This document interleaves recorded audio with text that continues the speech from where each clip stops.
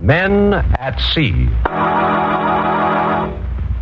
Citizens, I'm going to tell you a story. A story of 4 American chaplains. 4 chaplains who, in the early hours of a February morning, made a strong and beautiful bid. Chaplain Clark Poling, north. I'll pass. Chaplain John Washington, east. I'll bid 2 clubs. Chaplain George Fox, south. I'll pass. Chaplain Alexander Good, west. I'll bid 4 hearts. 4 men. 2 Protestant ministers, 1 Jewish rabbi, 1 Catholic priest. 4 men made a bid, and a grateful nation will remember this night and for all time that the bid was 4 hearts.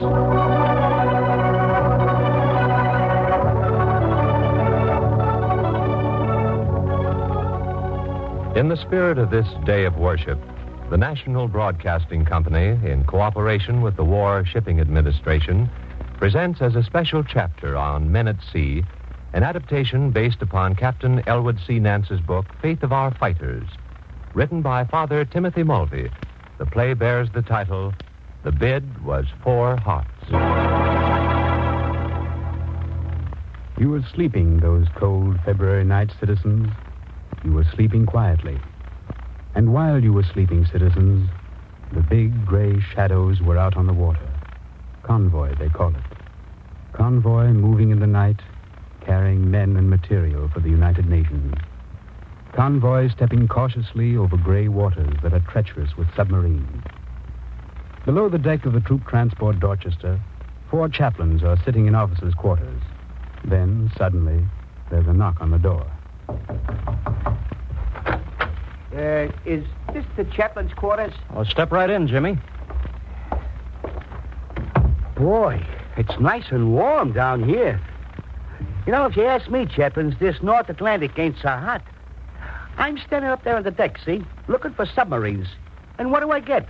What do you get, Jimmy? I get me nose froze. Oh, by the way, gentlemen, I'd like you to meet our new orderly. Jimmy, this is Chaplain Good. How do you do? Glad to know you, Jimmy. And this is Chaplain Fox, and over here, Chaplain Poling. How are you, Jimmy? Glad to know you. Pleased to meet you. I got the altar all fixed up nice, Father Washington, but what I want to know now is, who follows who in the church services? Well, I'm saying Mass at 7 o'clock, Jimmy. Oh, I know that, Father, but, well, what I want to know is, does the Jewish service follow you, or does the Protestant? Well, perhaps Chaplain Poling might explain. If you don't mind, Jimmy, you can arrange the order for Protestant services after Chaplain Washington says Mass. Yeah, I get you. Is that agreeable to you, Chaplain Good? Perfectly all right with me. I'm holding my service at 6, if it doesn't make any difference to Chaplain Fox. Oh, not at all. Now, let me get this straight. In other words, chaplains, first is the Jewish service at 6 o'clock with no cross and the altar turned around, right? Right. And then it's the Catholic service at 7 o'clock with the cross and the altar turned around the other way, right? Right. And then it's the Protestant service with let me see now, the altar turned around the other way again, right? And then, you know, chaplains, this would be a heck of a lot easier for me if you should only get together sometime.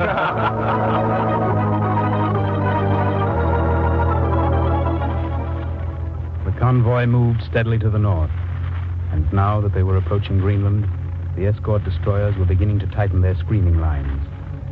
The destroyers were getting nervous now, and a certain skipper was getting nervous, too. It's black as pitch out there tonight, Jackson. Yes, sir. Any other reports? You mean about the submarines? Yes. No, sir, nothing. But we're running into high seas, sir. Sure, we're running into high seas. What did you expect with a wind like that? Let me see the chart. Here you are, sir. Getting pretty close to Greenland. Yes, sir. But not close enough to suit me. What do you mean, sir? Well, right now, Jackson, we're riding deep in Germany's North Atlantic submarine zone. And when you've got a wind like this in your face, a submarine can do funny things.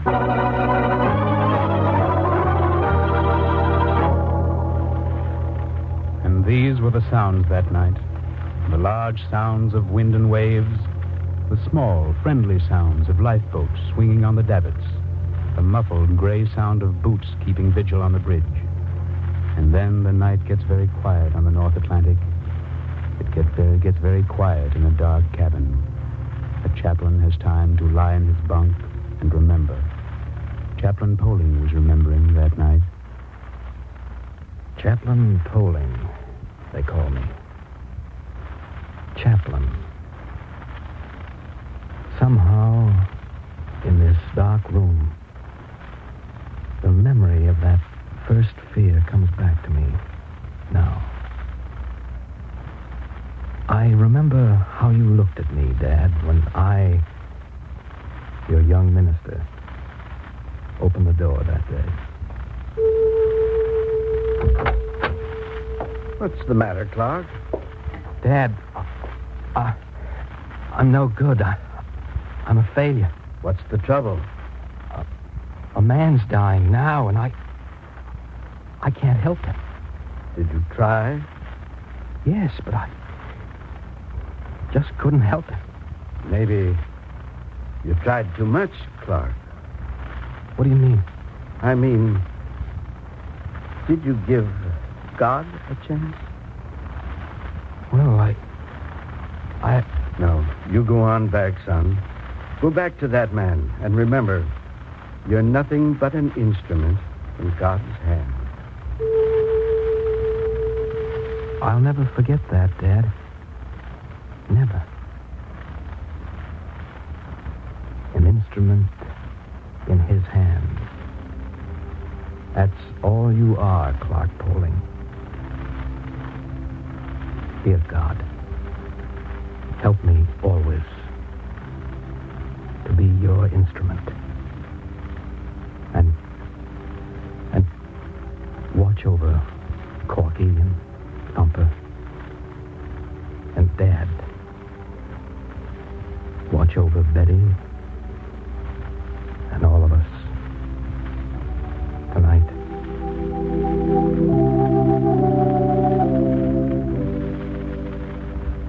Four men in a room had time for remembering that night. And always, memories ran straight to home. A young rabbi was remembering that night. Chaplain Good, they call me. Funny. Lying here in this room, I wonder why. And yet I don't wonder why. I know the reason. I suppose the reason could go back to a day in French class. I'm thinking of you now, Teresa, my lovely wife. I remember how you looked that first day I spoke to you, back at Easter. We were just kids. Mind if I sit next to you, Miss Flax? No. I forgot my French book. Thought maybe I might look on with someone. I see. This is the second time you forgot your French book, Mr. Good. I know. I might forget it tomorrow, too. Yes. You were very young. But even then, Teresa, I knew I wanted to be near you. Always. I wanted to be near everything that's good. I wanted to be happy. Yes, I guess that's it in a nutshell. Wanting to be happy.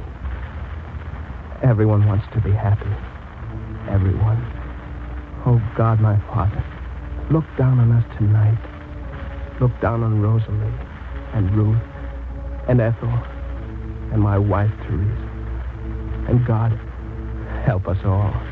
Help all men to find ultimate happiness. Yes, there was time for remembering aboard a troop transport. And while men were remembering, the convoy was moving north and there was silence. The silence that always returned in the night and left a man alone with his remembering. Chaplain Fox was remembering that night. Chaplain Fox, they call me. They weren't too sure of me the first time they saw me. I remember how they looked when they asked me the question. So, you're a Methodist minister? Yes, sir. George Fox, born in Lewiston, Pennsylvania. 1900, is it? Yes, sir. Born 1900. Well, now, don't you think you're a bit, well, old for Army service? I don't think so, sir. Quite a rigorous life, you know. Yes, I suspect that, sir. And I suppose you also know that a chaplain's life will be far different from, well, shall we say, the congenial surroundings of a parish in Vermont? I quite understand, sir. I wonder if you quite understand. I think I understand war, if that's what you mean. You do understand war? Yes, sir. Oh, so many people think they do. I was engaged in active duty with the 2nd Division in World War I. Wounded in combat. Oh. Received the Purple Heart, Well, Silver Star, my. and a Croix de Guerre with palms, sir. Yes, with palms. I also have a son who's a Marine in this war, sir. Oh, why, of course, yes. I think I do understand war. Naturally. Naturally. You laughed when I told you that, Mary Elizabeth. Yes. I'd like to see the sun shining again in Gilman, Vermont. Lord, I'd love to see it again. Sunshine, the hills, Mary Elizabeth and Wyatt, and you, my wife. Yes, it'll be a great day, Lord, when this old fox can come home to all his cubs again.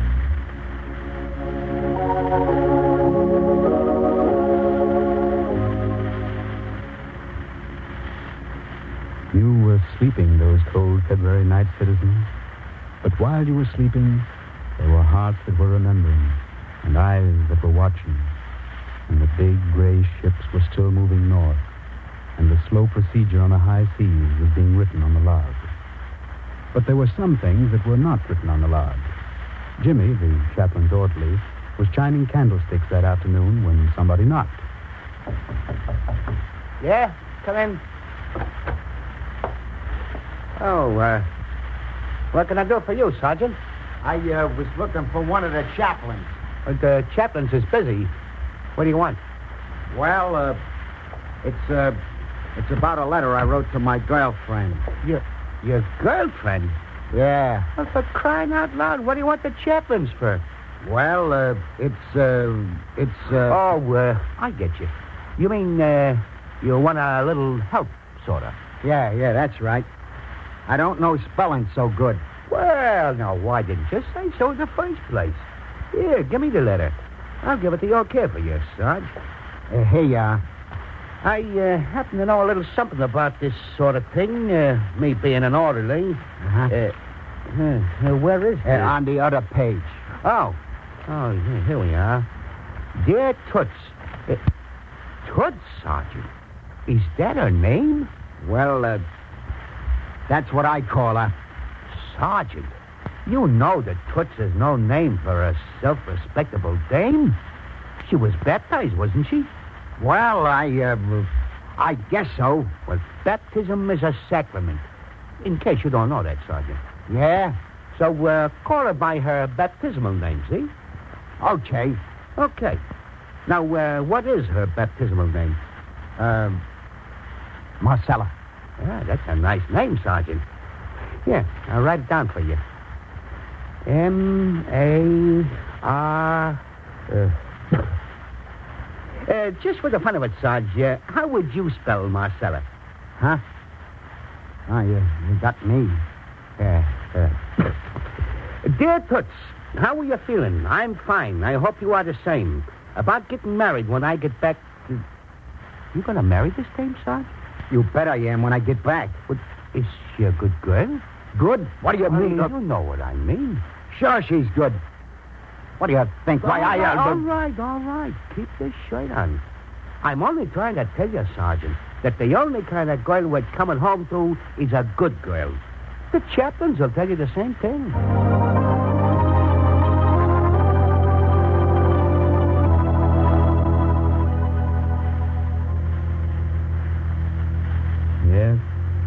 chaplains will tell you.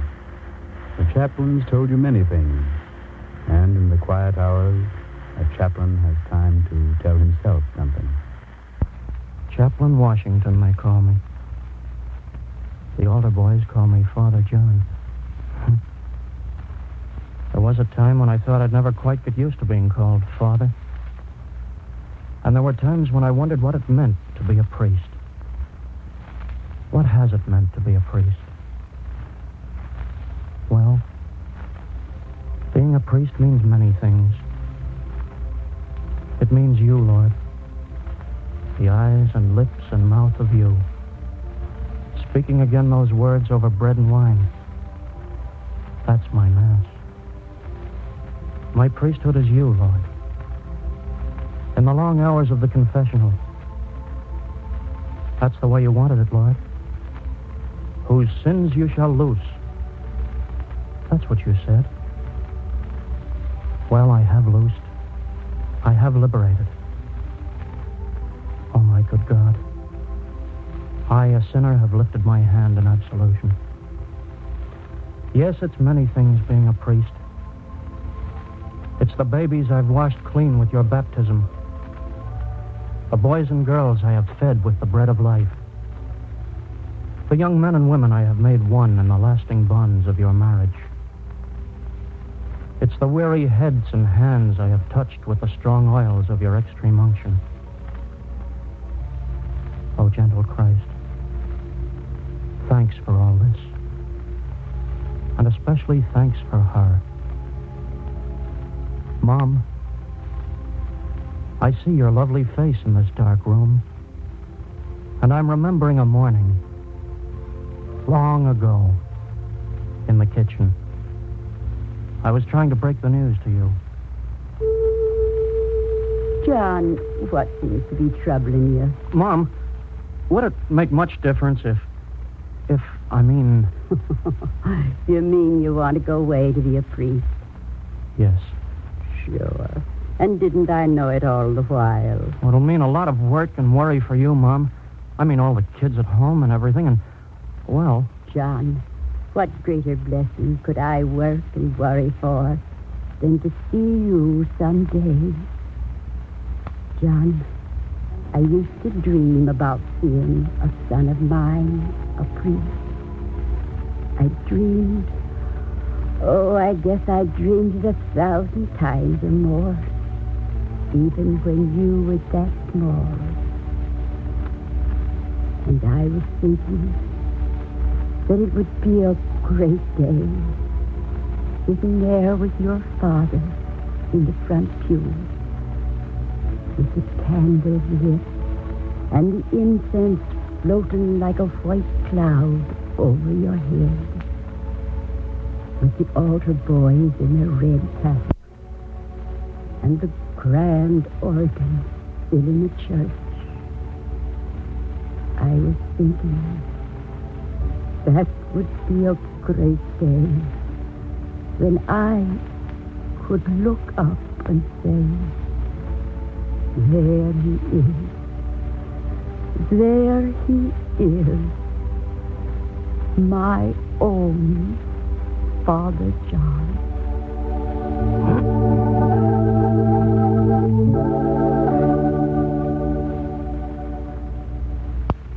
That's the way you said it, Mom.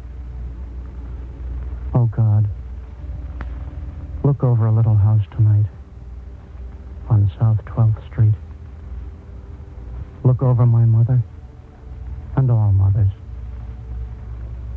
And you, Mary, my heavenly mother. Help me to be a good priest.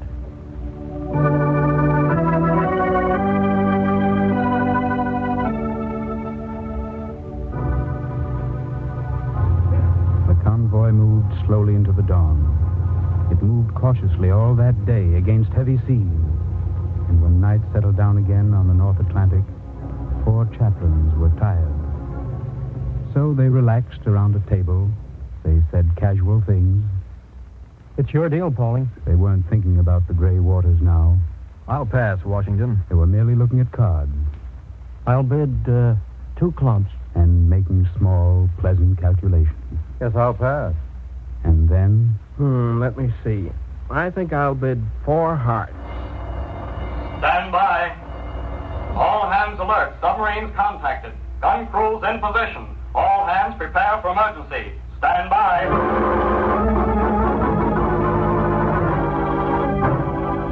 you heard the words.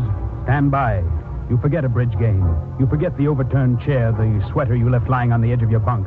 You forget the 100 details like the letter you were writing and the shoe you were shining.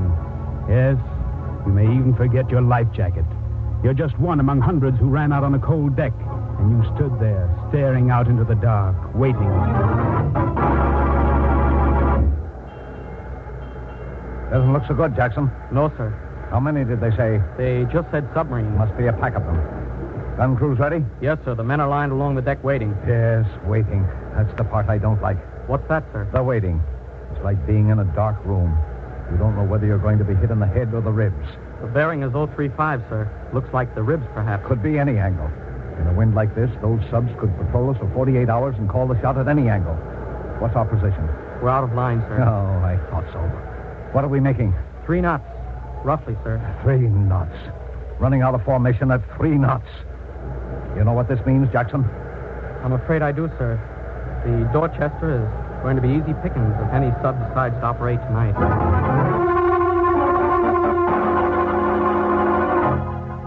So you waited, like a man in a dark room. You kept staring out over the rail into the dark. You just couldn't believe that out there, under those wild, cold waters, men were waiting for you, timing you, measuring you. You waited an hour.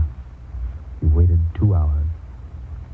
Then, gradually, you relaxed. You breathed again. You were normal again.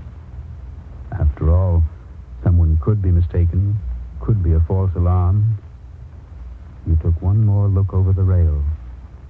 Then you walked slowly back to the stateroom, watched some of the fellas for a minute, walked over to your bunk, sat down, ran your fingers through your hair, searched for a cigarette, found it, lit it, lay back on your bunk. Yes, probably was a false alarm. Torpedo! Torpedo! Like a live, bubbling, murderous fish, it was coming. Stand by! Like a tiger shark, it had you spotted. Here it comes! Here it comes!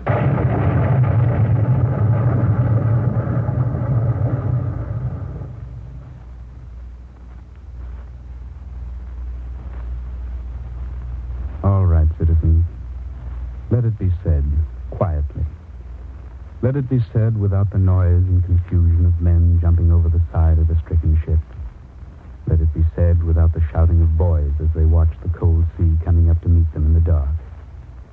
Let us say only, the Dorchester was gaping with a wound from which she would never heal. Right now, it's getting more quiet. The lifeboats are pulling slowly away.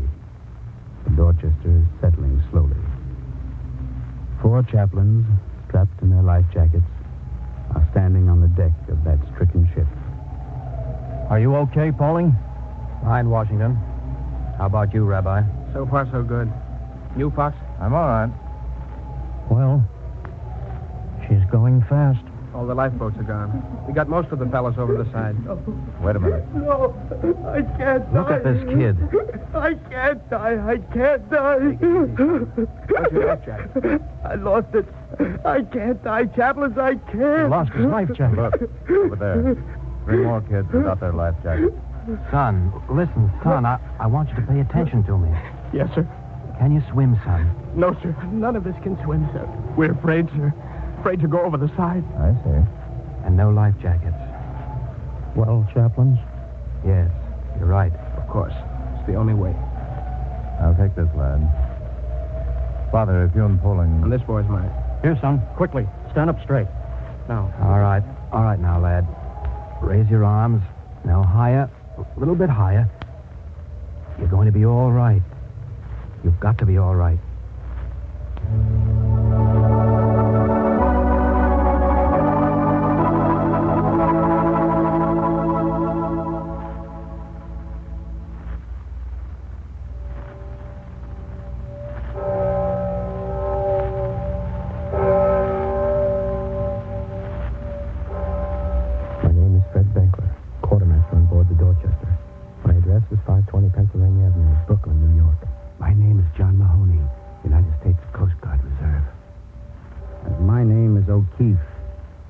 merchant seamen.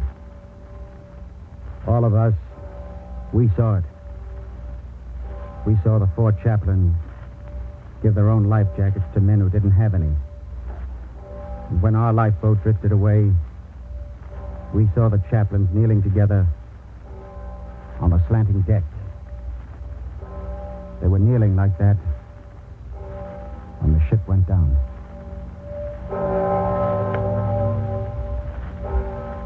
Yes, the bid was 4 hearts. It was the complete, the ultimate bid a man can make. The bid was 4 human hearts. What will be our bid tonight, citizens? Will we be honest with ourselves for one moment this night? Will we search our individual hearts and come up with the beautiful answer? The answer we know is right?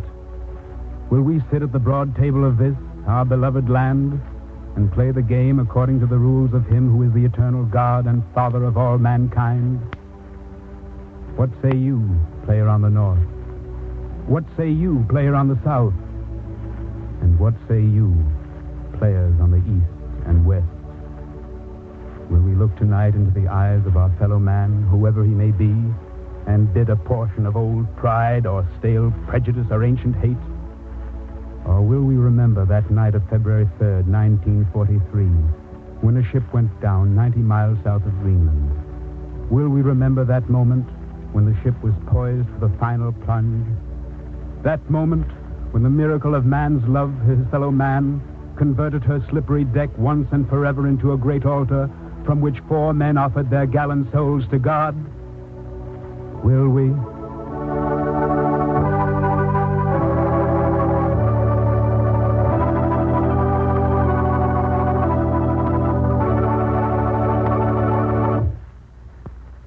Hostilities are ended. No longer is the sea a thing of menace, as it was on that bitter night when the transport Dorchester met her fate. But if men at sea are no longer called upon to risk the sacrifice of life itself, the need for men to man our great merchant fleet, even though peace has come, is just as great, if not indeed greater than ever. The need is especially acute for experienced officers and seamen, especially mates, engineers, and ABs, men who have been to sea before and have the skill and knowledge which comes with experience. If you are such a man, there's a vitally important job for you in the Merchant Marine today. You can help bring released prisoners home from all parts of the world. If you can qualify, you're urged to write or wire collect to Merchant Marine, Washington, D.C., giving your name, address, and rating. If you're accepted, you'll receive standby pay immediately and be furnished transportation to the port of assignment. Get back to sea and bring the boys home sooner.